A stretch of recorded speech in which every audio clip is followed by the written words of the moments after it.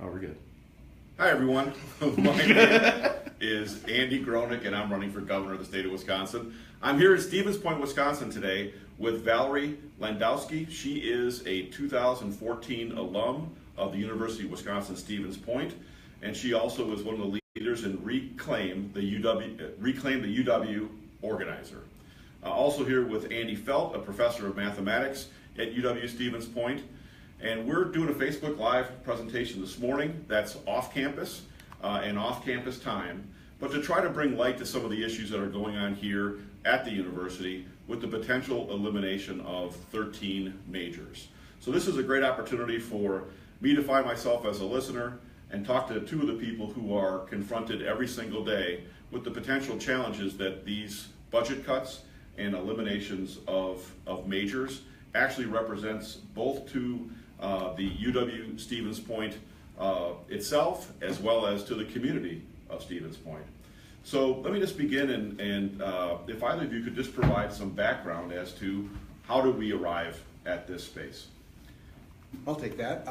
7 years ago, Scott Walker and the Republican legislature cut the university by its largest, by $250 million, which is the largest single cut that the UW system has taken. 4 years later, they cut the exact same amount from the UW system, so we've taken two of the largest cuts we've ever taken. In the last 6 years, the state spending per pupil adjusted for inflation has been the lowest 6 years ever in the UW system. We are spending less on higher education than we ever have since the formation of the UW system. So I'm here to sound the alarm. All of the cumulative effect of all of these cuts is drastically affecting the UW system. We are crumbling. UW-Stevens Point is just the canary in the coal mine. We are the first to go. UW Superior as well is the first to show the signs of this crumbling infrastructure, and there will be more.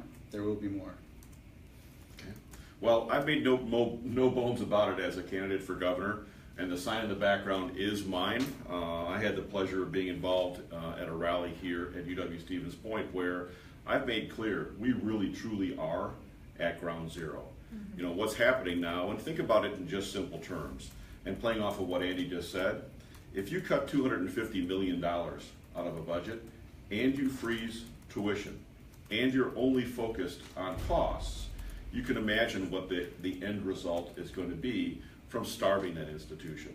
Mm-hmm. So that's a good background. So where are we right now? What is the status of the potential cuts around 13 liberal arts majors?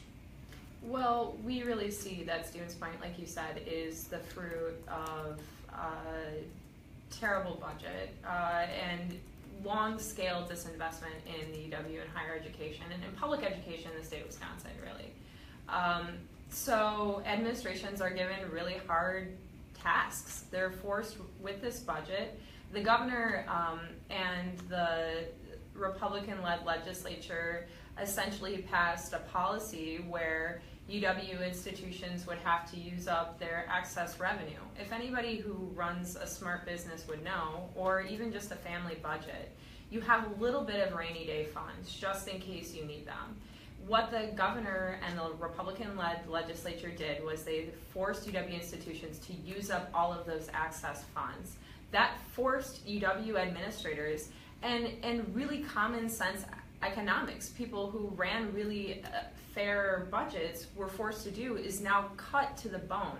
So what we see is hollowing out of complete departments.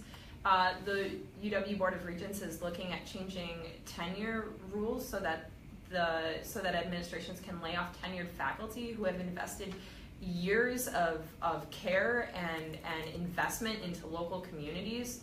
We're talking about not just large-scale layoffs, but we're talking about radically changing the identity of UW four-year institutions, comprehensive schools. where you can go and maybe you start and you don't really know as a student what you want to study, but you have the capability of changing your mind.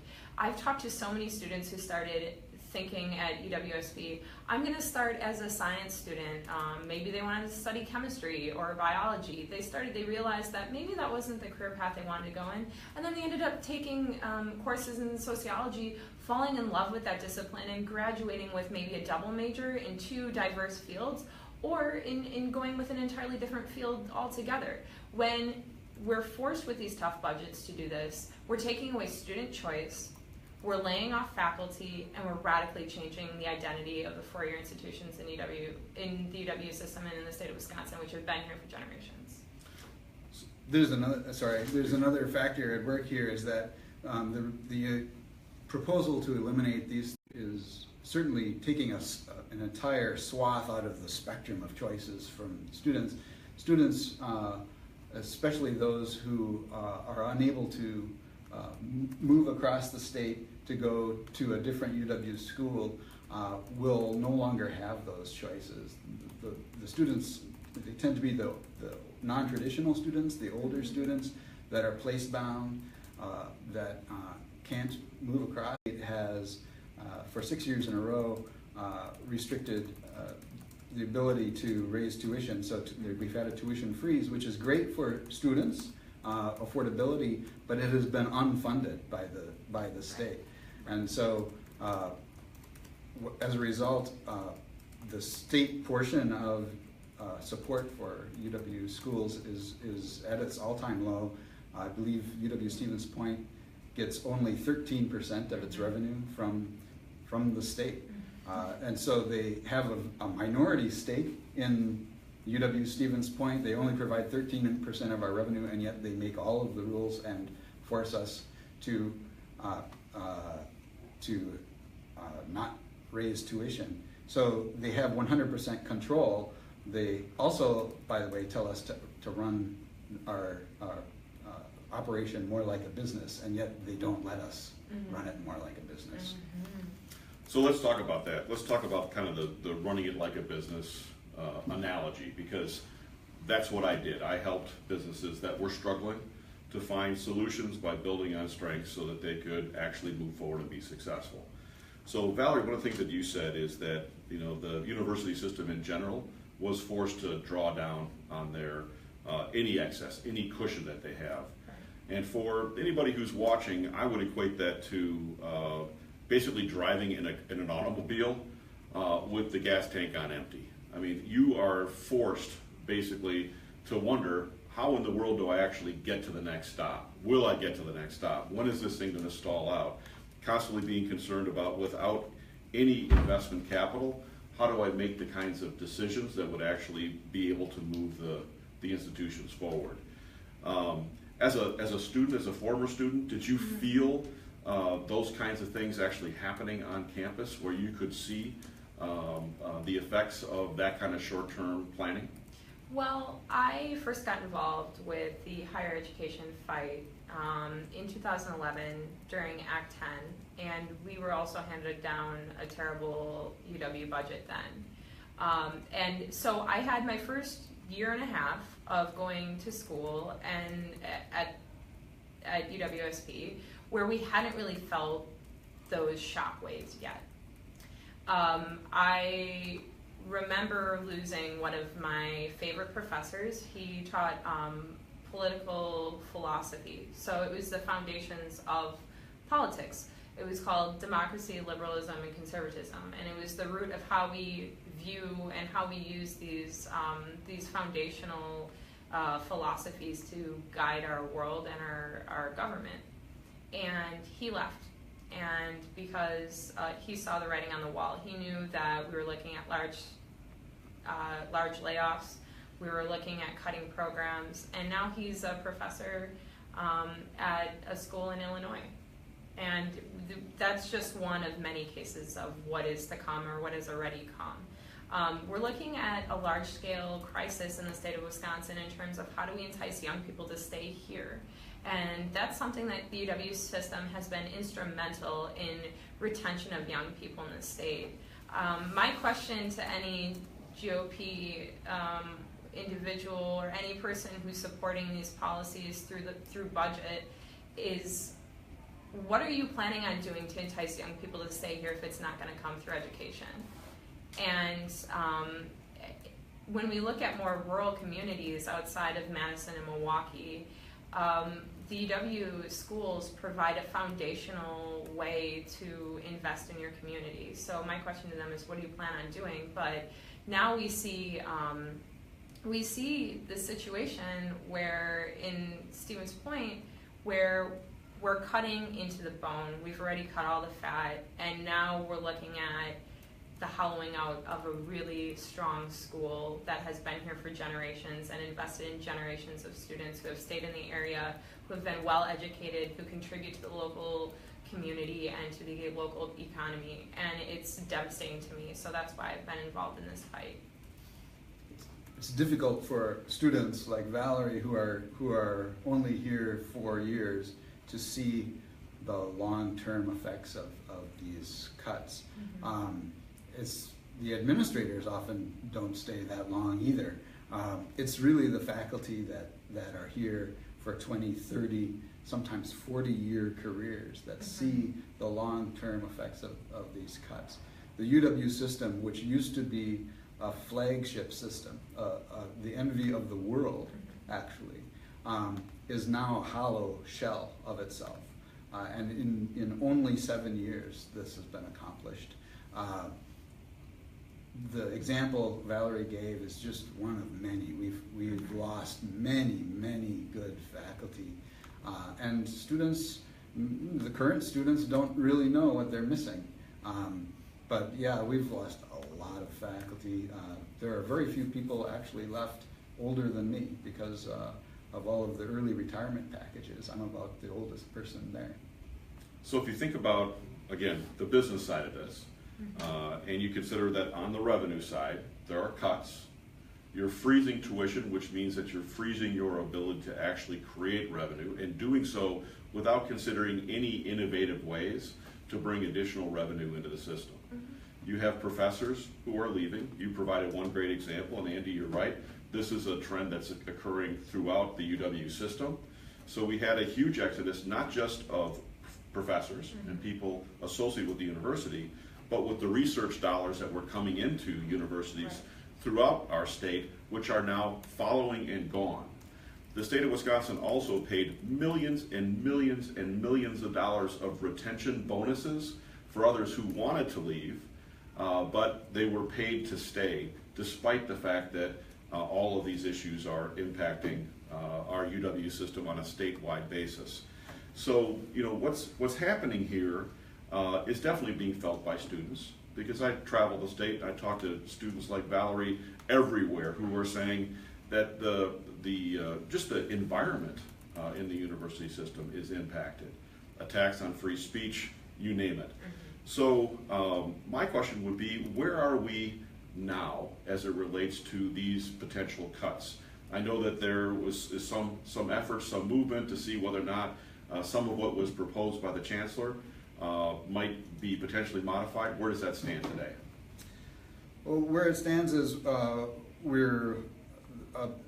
many faculty are hoping to study the issue over the summer, to study the budget more carefully. Of course, that's not our full-time job. That is not what we are supposed to be doing. But we want to study the budget and try to minimize the effect on students. That's our number one goal. As we're standing up and fighting for our students and the citizens of the state of Wisconsin. We believe in the Wisconsin idea. We believe that the boundary of the UW system extends to the boundary of the state. That we are here for all of the citizens of the state of Wisconsin, and we want to take higher education everywhere. Where the proposal stands is that it has not actually been formally proposed because of for legal reasons. They want to formally propose it in August, and then the faculty will have 60 days to study it and respond. ultimately the chancellor makes the ultimate decision as to whether to go forward with the proposal. But we are, at the same time, there's been another round of early retirements. Rumor has it that they got more early retirements than they expected, and so that's a loss for the students. A lot of experiences walking out the door, but on the other hand, that makes the budget situation potentially better. We're trying to get that detailed information out of the administration. It's been difficult, but we want to get that and confirm those rumors and see if we can then regroup and to see if this entire slate of proposal is actually required. So I'm hearing this at the same time that some of the people who are viewing along with us are hearing that. So it would seem to me, just logically, I don't know that this to be true 100%, but if there were decisions that were made around making certain cuts for 13 different majors, that someone has a very detailed budget that reflects where we are today, and then projections as in terms of what those budget cuts will be, the time periods over which those budget cuts will be sustained, and then what that means ultimately to the bottom line of the university.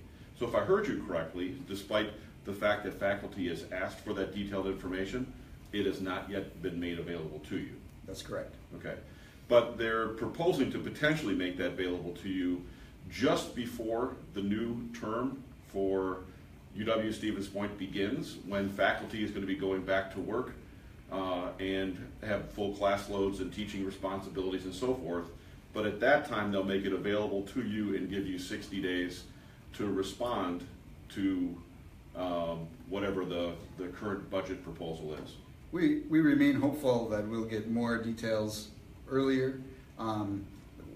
What they're planning to give us in August is the detailed proposal to eliminate the 13 majors. What we have received so far, they've been careful not to call a proposal. It's just a concept. Okay, so well, I mean, obviously, from the perspective of someone who's gone in and looked at lots of different financials, what I would suggest is the earlier that information is available to people who can actually look at and try to assess what potential alternatives may exist to give the University of Wisconsin-Stevens Point more options. I would say complete information, detailed information sooner is better than later. I would also just ask, do you feel as though the environment is one of collaboration? Is there an opportunity to look not only at the UW-Stevens Point situation as it exists here for the university, or is there an opportunity to look more broadly at the kinds of solutions that might be available to see how we're treating two-year colleges, technical schools, etc.? Is there a way to look at the whole picture together with what's happening specifically on campus here? I would say yes. When the UW system was formed, faculty were actually given it was written into law that faculty were given a primary role in the running of the UW system to determine, to make decisions that affected academics, because we're the experts in the academic field, in our own academic fields. The Republicans over the last 7 years have tried to write the faculty out of decisions and make the UW system more of a CEO style decision-making process. Having the faculty and staff directly involved in decision-making has made the UW system very strong. Over the 4 decades that the UW system has existed, we built the UW system into a powerhouse, and it served the citizens the state of Wisconsin very well in that way. And that decision-making process is being eroded, and it's now becoming a very top-down decision structure.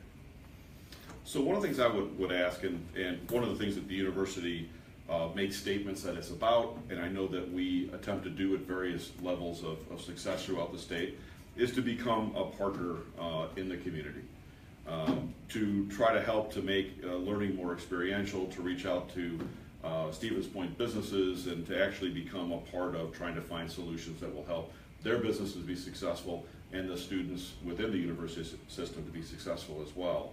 I'm curious, as we're looking for innovative ways to find additional revenue for this particular campus as well as others, what, if any, efforts have been made to create the kinds of public-private partnerships or collaborations with businesses throughout Stevens Point, which no doubt will be adversely affected by these proposed cuts?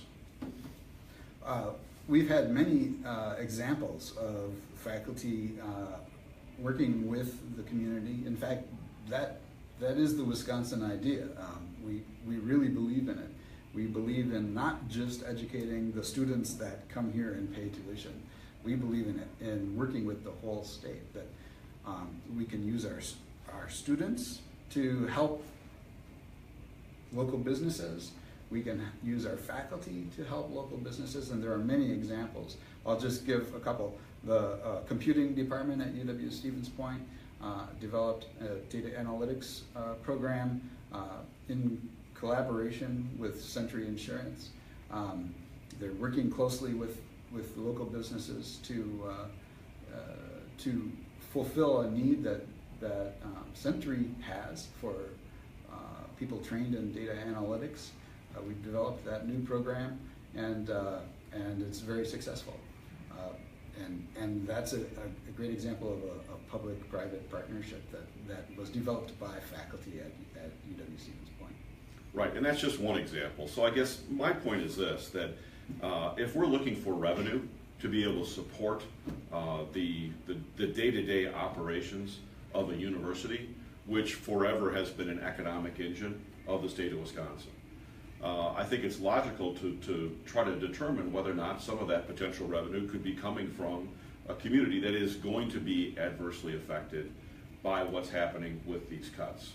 Anybody who would Google UW Stevens Point right now, some of the very top returns when you do that are going to be information about these cuts. And I think that it's reasonable to assume that people who would be considering this university campus for their higher education are going to think, why do I want to be a part of these cuts? I'm going to look for other places to go to school. Well, and I think the way that the administration had gone about releasing this concept, rather than a proposal, had been to release it publicly on social media. That's how I found out about this proposal. And it really kind of blew up in the face of administrators here in ways that I don't think that they were anticipating. We're losing students now. We have students asking our professors at this university for recommendations of other colleges that they can go to outside of the UW system in order to continue their education. And I don't think that the administration was anticipating that. So if they want to talk about, problems with enrollment, you can add on a large amount of students who are already anticipating going somewhere else if they haven't already. I mean, the damage that this has done to the perception of UWSP, whether or not they choose to go with completely gutting all of these departments entirely, if they try to save part of it, I mean, the damage is already done. I mean, this is a values-driven decision. Budgets are value-driven. And if you are not investing in the things that you should be investing, then your money will show it. And at the state legislature level, at the local level with our campus, we see this. If you care about something, then you'll invest in it. And it's time that people who are running for office community members, I mean, stakeholders in this fight, business owners, start to demand that the state legislature and that anyone who's planning on running for office or cares about these issues or the administration stand up and fight for what we need and preserving the idea of the UW system. So, yeah, I mean, and we need to start demanding that. So that's where I've been involved in this debate and in this fight. We've had great success locally with passing a unanimous resolution through the Portage County Board in support of the 13 majors, and communities are well equipped to identify what makes their communities run best, and that's where we need to really be looking at these issues. So on the local level, and that's why I'm excited. On May 9th, we're going to be going to the Capitol. There's a group of student organizers, faculty from around the UW system, which will be meeting in Madison May 9th, 11 o'clock to 2 o'clock at the Capitol on the state street steps to speak about these issues and to demand that our legislators reinvest in the UW system. So we invite everyone to attend. Andy will be there. So I'll definitely be there. So I want to boil that down because that was a great and very comprehensive answer. But I know that Governor Walker pitches himself to the entire state as being the open for business Wisconsin governor. Okay, which, by the way, I can't wait to go toe to toe with him on that issue. But let's think about this in real terms. Every one of the students that is considering leaving the university now because of the cuts as proposed or whatever will happen, those are the same students that are contributing to the economy of Stevens Point. To every small business, medium-sized business, any business in the state that receives any revenue from these students, well, that revenue is getting ready to walk out the door. The people who are deciding right now, because they get that Google search, that maybe the University of Wisconsin-Stevens Point is not the place they want to be because of the uncertainty that's been created by the financial conditions that were imposed by Governor Walker, well, the area businesses are not going to get that revenue either. right. If you think about the connectivity that businesses here in the city and in the county and around Stevens Point in general, they want to connect with the students that are being educated in this institution and create relationships with them both while they're involved in receiving their education to try to do some of that problem solving, but also want to be able to attract employees that are going to help to energize their businesses, to create the kinds of new ideas that will propel these businesses into the future. So there's going to be less opportunity to do that as well. So it would seem that all of the things that are happening right now on a very basic business sense are truly counter to trying to create the economy in the state of Wisconsin that we all want and need to be able to move forward into what should be a 21st century economy. So does that make sense? I agree. I think the only businesses that the Republicans have benefited are the ones that take advantage of the natural resources, like frac sand mining companies and other mining companies, and businesses that need manual labor like Foxconn. If you're a business that needs well-educated workers, people that need to solve problems, I don't think that they've been good for you. Right.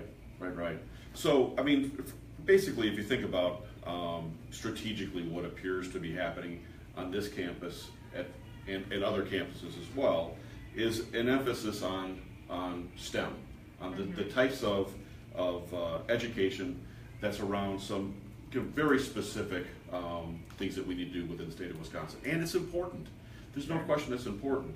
The question really is, and as someone who was a business owner, that looked for people who had great communication skills, that had an appreciation for the kinds of things that were going on around the world, if in fact you want to build a global economy for the state of Wisconsin, it would seem that the efforts here are to erode the kinds of educational experiences that will contribute positively to businesses around the state being able to grow. I think the proposal, that we're facing at UWSP was looking at cutting 13 majors and then possibly expanding, but we're not 100% sure on the details yet or what degree, expanding certain strategic programs in the science and the STEM fields, which I think that expanding education is important, and I don't think anyone would disagree with me there. We know that we need to be expanding and looking strategically at growing and developing new programs. That's the idea of the Wisconsin idea and of the UW system, is that we are reaching out into the community and we're responding and developing new ideas. And I think that that's important. But it doesn't need to be an either or option. We shouldn't have to forsake the idea of a four-year institution in order to do these things. We have money in our budget. That's a lie that they want everybody to believe, is that there isn't enough money. Again, it's a values-driven budget. If you value it, you will find the money to do it. And there's money within our budget to provide the money to help these campuses, to help these schools, while preserving the integrity of a four-year institution and growing these programs and doing it incrementally, seeing, okay, maybe we want to grow the idea of aquaponics into a department, but we don't have to do it overnight. We can start to do it slowly. We can look at it and see the projections of how the jobs will look over long term. And then we can start to entice other faculty or professionals from other states to come here to us rather than having our best and brightest leave. So that would be my suggestion to departmental changes. Andy, the 13 proposed cuts are all in humanities and social sciences and arts. And what we've actually found, contrary to some public opinion, is that students who are highly trained in humanities, social sciences, and arts are actually very good problem solvers. That they get out there and they have broad knowledge, and they're able to help these employers greatly. People with language skills, people with communication skills, people who understand the role that their company plays in the world. They understand different cultures. These people are very valuable to employers and actually wind up doing very well in the job market. I honestly have to agree with you, because I was one of the people who actually built that kind of a company. My company was really all about problem solving. It was about identifying the strengths of organizations, wrapping a simple plan around the best solutions, executing and making that happen. We did look for people who had great communication skills, great logic skills, incredibly important. Common sense, which we're a state that's all about executing based upon common sense. This kind of curriculum is critical to helping to develop those kinds of skills. So that's what we looked at when we were interviewing constantly on college campuses, was the kinds of people that reflected those types of skills. I want to go to a couple of the basics here so that people who are following along online right now have an appreciation for just how deep this hole is. So the gap, as I understand it, is about $4.5 million. Correct. Is that correct? Mm-hmm. So we have a $4.5 million gap, which is touted as the reason why these kinds of drastic changes need to be made. So let's contrast that to an investment in Foxconn, which was a commitment of just less than $3 billion initially, which is now up to about $4.5 billion. Billion with a B. Billion, so. Right. So when you talk about being kind of a values-driven decision, I'm not understating the importance of being able to make sure that you're spending within the confines of whatever your budget is. But we're talking about a $4.5 million shortfall versus a bet that the state of Wisconsin is making, largely because Governor Walker decided to, for all practical purposes, shove this Foxconn deal down the throats of Wisconsin taxpayers without doing any kind of a feasibility analysis. So yes, $4.5 million is a lot of money, but certainly something that is easy to bridge when you start talking about the nature of and the importance of a higher education and public education within the state of Wisconsin overall. So it is about priorities. I would say also that when you look at some of the cuts, some of the things we've talked about are really the human costs around those cuts. But if you actually go on college campuses throughout the state of Wisconsin, a UW system that really has been the jewel of our state, what you're seeing is an erosion of infrastructure as well, of buildings and sidewalks and so forth, not unlike the kinds of potholes that are being created or that exist in our roads throughout our state. When you fail to do the kind of preventative maintenance that is required to simply keep that infrastructure up, what you're doing is creating a deeper hole for the taxpayers of the state of Wisconsin, because you go from a position of repair to the necessity of replace. And that creates even a deeper hole for our state. So I would suggest, and I would ask, as you walk your campus, do you see visual evidence of that kind of erosion of the underlying infrastructure? A couple of weeks ago, there were students from our student government who went to Madison to lobby legislators. And one of the issues that they asked legislators to address was the fact that our health center on campus has mold in it. That's a shame for the state of Wisconsin, that our students are going to our state legislature and saying we need money because our health center has mold in it. That's the type of situation that we're dealing with. I mean, and I can't imagine that UW Stevens Point is the only school that's experiencing this. It's a values-driven budget, and they're not putting their values where they belong. Sorry, I just want to let you guys know we got a comment from Casey Nicole from Milwaukee, and she says by eliminating these majors, it appears that we're only trying to promote or create one ideology and limiting the ability of choice for college students on what they would like to do with their life.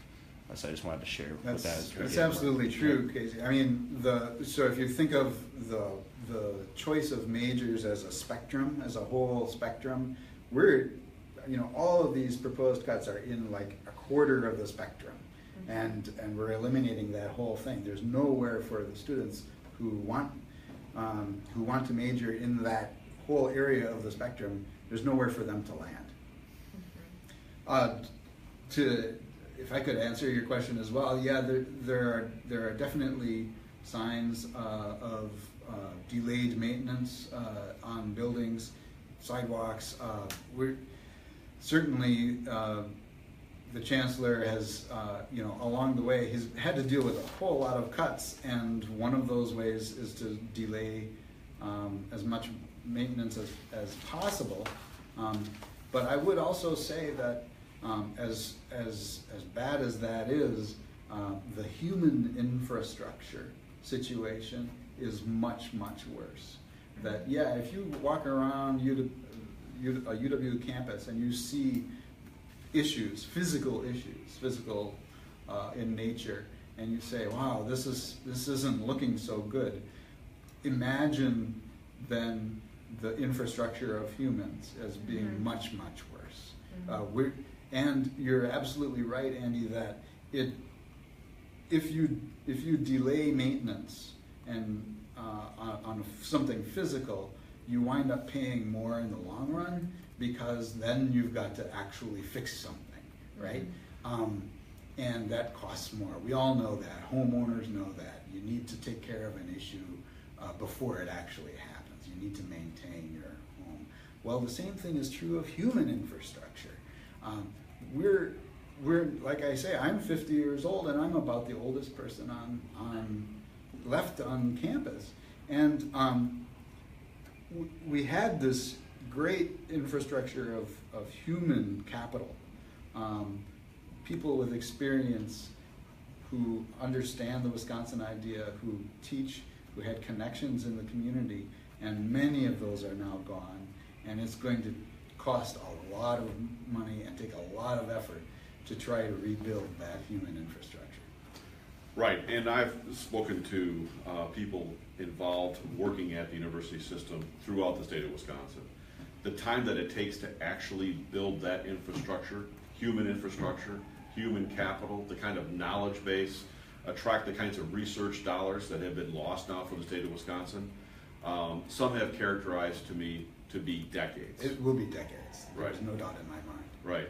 So to restore the kind of revenue that was part of the university system to begin with, before we were imposed the kinds of cuts that Governor Walker put into play, not only diminished and starved this institution of the resources needed to be successful, but so much of the capital that was coming in from outside that actually was a foundation for building an even greater system, that's gone, and maybe decades to replace.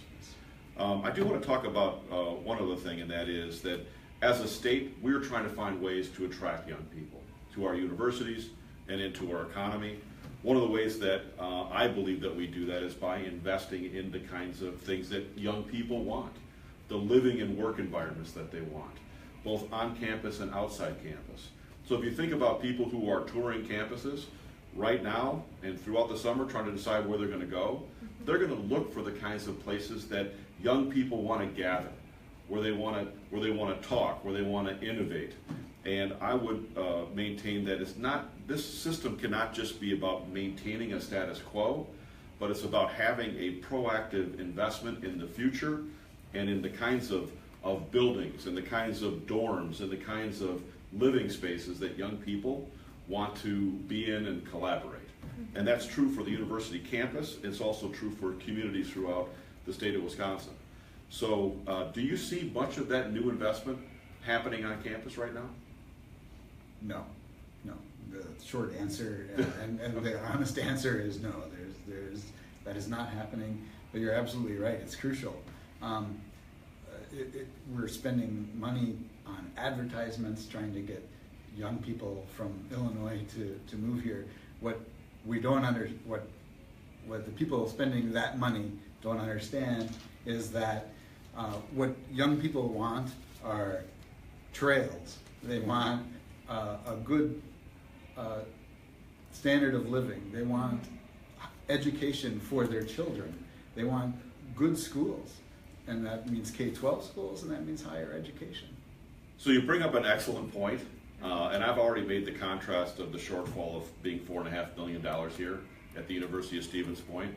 Well, Governor Walker is currently spending $6.8 million to slap signs on the side of trains in Chicago to try to advertise young people back to the state of Wisconsin. So a $4.5 million shortfall, and trying to make sure that we're at least maintaining a standard of education at the University of Stevens Point,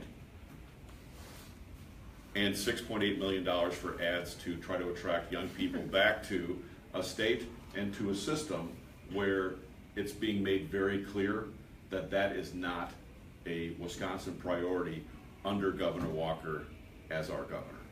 When I was thinking about what schools I wanted to go to as a high school senior, I grew up in Stevens Point, and I wanted to go to a school that I could build really good relationships with my professors. That was something that really mattered to me. So choosing UWSP was a pretty common sense, easy decision for myself. It was an affordable education. Since I've left, college tuition has risen about $700 to $800 per semester in just a matter of a couple of years since I was going to school. And I wanted faculty with which they would invest in me. And I think when you look at this proposal to cut these majors, the administration counters and says, well, you will still be able to take a class in it, you'll still be able to do, you'll still receive foundational education. But the truth of the matter is that you're not going to have professors who are as invested long-term in this university. You'll see this trickle down just in terms of that. When we had our rally a couple of months ago on campus, someone who was speaking asked, it might have been you, Andy, asked if any of you could pay additional money, if any students here in this crowd would pay to have their tuition raised to preserve these departments, would you do it? And practically every student in that crowd raised their hand.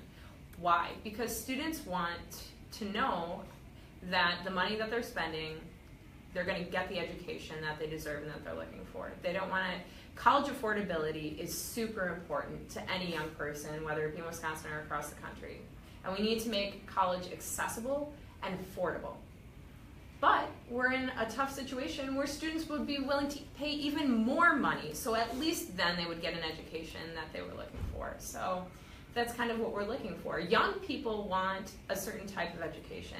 And by discounting them in the process, the decision-making process, in shaping their education, their very own education, and diminishing student choice, it's foolhardy. It's foolhardy. Students are consumers here, but they also drive the decision-making process and the problem-making process. So if you're not conferring with them, you're going to have a short-sighted solution. We should begin to wrap up. Well, that was an excellent point. So what I'm going to say is this: we are at ground zero right now. This is it. University of Wisconsin-Stevens Point. I want to thank you both for your efforts to bring attention to an incredibly important issue in our state. And I want to ask anybody that's watching online, if you have any additional questions, we can make sure that Valerie and Andy both have a chance to address those, and I will as well. Our university system in the state of Wisconsin truly is one of the jewels of our state, and making sure that we invest properly so that this institution itself can continue to be an economic engine and a pathway forward for so many people. That's what I'm going to do when I'm governor. So thanks for tuning in, and I look forward to seeing you all on the campaign trail.